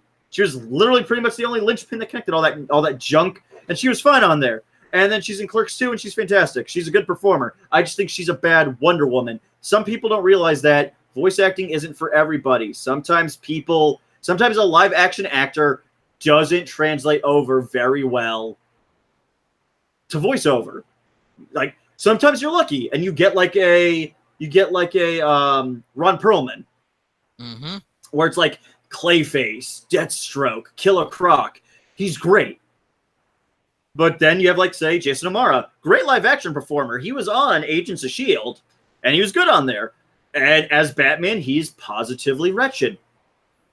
Yeah. Because it's like, I guarantee you, I could take audio samples and I could take away the animation footage and I could play them to you back by back. And Rich, I'd swear on the Holy Bible, the Quran, the Necronomicon Ex Mortis, the Book of the Dead, written in blood and scrolled on human flesh. I could put my hand on any holy scripture and swear to you, you couldn't tell me which freaking soundbite goes to which character. Yeah, I probably wouldn't. Because he doesn't know how to fluctuate his voice at all. Yeah. It's really disconcerting. Yeah. And then it's like, we got Superman Red Sun. I don't really care about Superman Red Sun. It's not even because it's a bad story. I just don't care about it. And I'm really sick of stories where Superman's kind of a jerk. Fair enough, yeah. I mean, for God's sakes, the DC cinematic universe was literally based on the core concept of, what if Superman was an asshole? Exactly, yeah. And that was supposed to be my shit. Like, the guy who's supposed to be like the Captain America of the DC cinematic universe is an asshole. Yeah. And it's like, that'd be like if they made Chris Evans Captain America. Imagine if he was like 1940s personality. Like, if his personality was like, oh, my stars, Nick Fury, a black man in charge. Well, back in my day, you'd be like, oh no. This is weird and uncomfortable. And that's like Superman being an asshole. It's like, it's weird and uncomfortable that Superman's such a colossal dick to people. Yeah. So they're like, let's just do it where he's raised by like the Soviets. Oh, come on. Really, Red Sun? First off, if we had to adapt a Superman story, is there really nothing else? Was there all those stories that I just read a beautiful Superman book called Man and Superman, where it's about a man who's down on his luck. and he has a lot of trouble getting a job and providing for his son, and his wife left him, and he sees Superman, and he hates Superman because he's like, Superman has it easy. Everybody loves you. You don't have to try or anything. And then he gets a hold of a magic necklace, and the magic necklace gives you one wish. And he says, I wish I was Superman. And the guy and Superman switch places. Mm-hmm. So Superman has to live as that guy in his terrible life, and he has to see how that man's terrible life was. And then in that man's body, because he's Superman, he goes out of his way to make that guy's life better. Yeah. Well, the guy who has Superman's body and has his powers, he's like, I can do whatever I want. I'm Superman. And then he gets to a point where it's like, everybody expects you to be perfect all the time. They expect you to have the answer for everything. Being Superman sucks. Mm-hmm. It's so much pressure. And I'm like, that's a fascinating story. Adapt that. Yeah. And like, the only other thing they have that's coming out that's actually interesting is Superman Man of Tomorrow, where it's going to be an original film. Hallelujah. And it's going to be an original film chronicling Clark Kent in his early years as Superman. Yes. And I'm like, and that's the thing. If he's screwing up like that and he's young, it's okay. It's not weird like the movie where it's like, everyone should give Superman a break in the live-action film. It's not his fault. He was new to being Superman. Yeah, but he's also like 30-something years old. Mm-hmm. He should have his powers under control. He should know to be like, man, I should really probably move this fight out of like out of the city or something. You know, there could still be stragglers around. What? We're throwing gas trucks. Yee! I hope no one got caught in that explosion. Superman, like 40 people died. Ah. They're probably already dead. Yeah, I agree. I think next year's going to be a decent year, a new start, and I'm mostly looking forward to Superman Man of Tomorrow myself. So, yeah, that's pretty much all we could talk about, guys.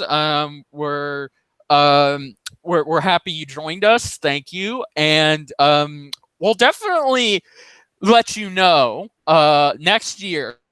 What do we think about some of these films? Because actually, we did talk about Batman versus TMNT. Now we talked about Batman Hush. We're gonna talk about Teen Titans versus Teen Titans Go, and we'll talk about Wonder Woman Bloodlines. So expect some good stuff. And I do want to ask you on a personal level. Sure. What would you want out of a DC animated film? Like, is there a character? Like, say an executive comes in and he's like, "Hey, Rich, you could you could pitch any character you want. What story do you want, kid? What character would you like to see move? Like, you can just pick anybody from DC's ginormous roster." Okay, anybody from DC's ginormous roster. I would like to see, if that Jeff Johns show ever comes out, I would like to see a Stargirl animated film focusing on her time in the Justice Society of America and her relationship with the first Green Lantern, Black Cat, and really having to show her struggle being her own superhero, but people constantly thinking she is still with the JSAA, and they expect those people to handle it. So it's really a coming of age story where she's trying to pretty much just be her own hero and show the town that she's saving that, hey, I don't need to be in the JSAA to earn your rep, to earn applause. I want to be my own thing to earn your respect. Like, I think that would be a great one. Would you play with the would you like let her stepdad in there, Stripe? Oh yes, absolutely. I think her stepdad would be a great addition to that, and really trying to ground her and, you know, be there for her. I just think that'd be great. Yeah, you could actually have a lot of fun with that. I always want to go for weird characters that nobody would ever put down the money for. Yeah. If we're talking new content, I would love to see the Terrifics adapted. Oh. That's a very good run. It's the best Fantastic Four book I've ever read. Oh wow! And I've read at least 3 different runs of Fantastic Four, and the only thing I could definitively say about all of them is I love Ben Grimm. That's Wow. that's all I can say is that I love Ben Grimm, and that's it. Okay. I would love just maybe a Plastic Man film, even Oh yes. even for just DC Showcase. Either give me Tom Kenny or Dana Snyder, and just give me a wonderful short, like 15 minutes. Plastic Man has to stop like Dr. Bong, which is one of his villains, or Sticky Fingers. Yes. Because a lot of Plastic Man's villains are just Plastic Man has outlandish villains. He does.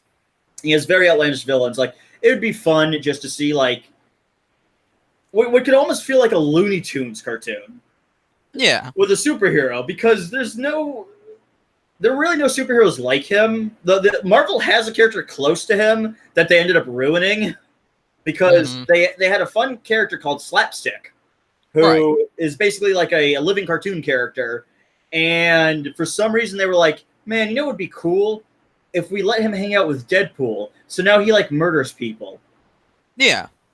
So now Slapstick can't even be like Slapstick anymore. Now he has to be like, like you see him like beating people's skulls open with giant hammers and like shooting them to death.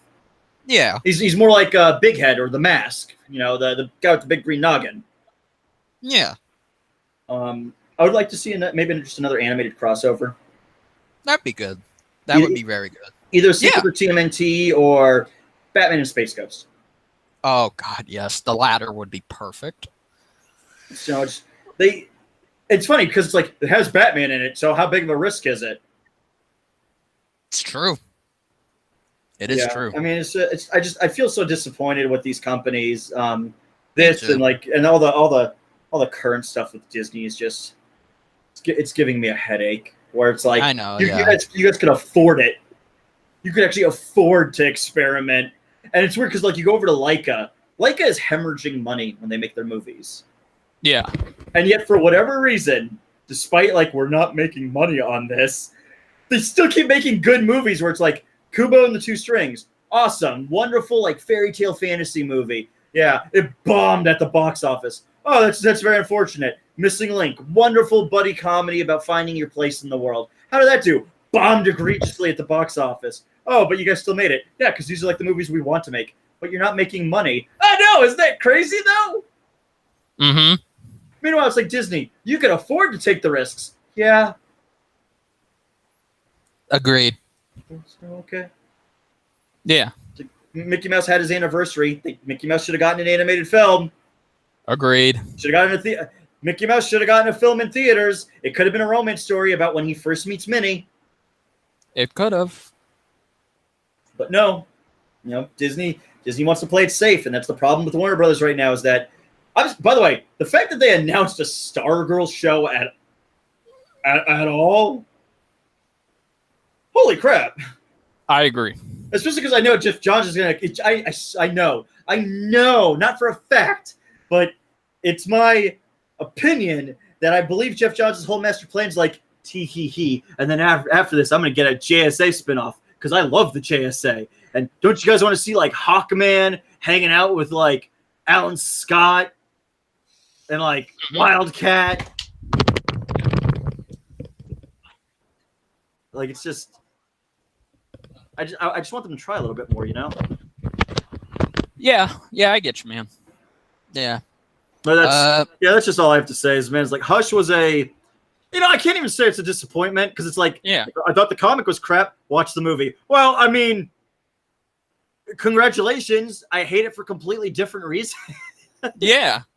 I hated the comic. Yeah, how do you feel about the movie? Oh, I hate it about as much as I hate the comic.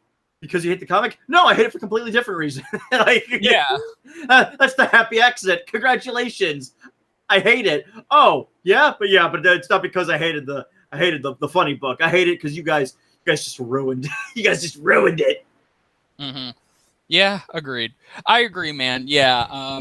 That was pretty much all we had to say on Batman Hush. We're mixed on Wonder Woman Bloodlines. We don't know what that's going to be, but I mean, we know we're going to watch it, but like we're going in there with the idea of like, I hope this doesn't suck, but like, I don't know. I'd say I'm out of my scale of 1 to 5, maybe a 2 on like, how excited are you? I don't know, 2. I mean, I like Wonder Woman and I'm happy she's getting at least her own Yeah. film. I mean, like it sucks because it's not the one I want, but DC has gotten to the point where it's basically like the Mighty Number 9 Kickstarter, where it's like, hey, it's better than nothing. Yeah, it is. It is. Yeah. So yeah, guys. Thank you all so much. I know there's only one person watching, but thanks to those who did come, and join us this Sunday because we're going to be making 2 episodes this week. We're going to talk about Infinity Train being a mini series, and we're going to talk about something else. Why'd you pose it like a question? Because I think there's more evidence that they're holding out on us. I think they're holding something out. Maybe because it is kind of a gamble show. Cause I mean, like that first episode gave a lot of heady stuff in there, so it's like release 10, and we'll look at it like a miniseries. But if the ratings are there, then we'll go. But maybe it'll be a situation where it's like it could end at 10. Maybe, but then it could continue in another season. Yeah. So join us for that on Sunday, and just. Thank you all so much for watching. As always, please go and check out Nero from ToonGrin. They've got a lot of stuff. If you need some editing or graphics work done, give them a contact. They make some great stuff. And, for those of you from ToonGrin who are watching my channel, give me a subscribe and help keep me going. So, yeah, everybody, we're going to go ahead and sign off. This is Jedi Bender from ToonBender saying, be air, my friends. And I gotta say, if you guys like quality editorials, you gotta subscribe to Jedi Bender. You want to get good quality. You do good work. Thank you. And YouTube is a harsh jungle of ceaseless stupidity. We gotta support one another. Yes, we do. Not all of us can be fortunate like Logan Paul out there, so we have to watch out for one another. Absolutely. But yeah, you guys can check me out and more of the work I do. I do along with my friend Y Boy. We actually do a podcast series too called Watching Stuff that you can check us out. We just did a video on we did a video on the first episode of Infinity Train, and we did one for the first season of Amphibia because it just wrapped up. Yes. But we it's really appreciative for anybody who stops by and listens to us, and always be sure to leave comments and interact. That engagement really helps everything thrive and grow and stuff like that. And if you want to ever support me and my team directly, you could either go to our Patreon or you could support our TeePublic, where we sell like shirts and stickers of original content. Absolutely. Absolutely. So with that said, the sign off is be sure to tune in to ToonGrin. Stay safe, everybody. Take care, everybody.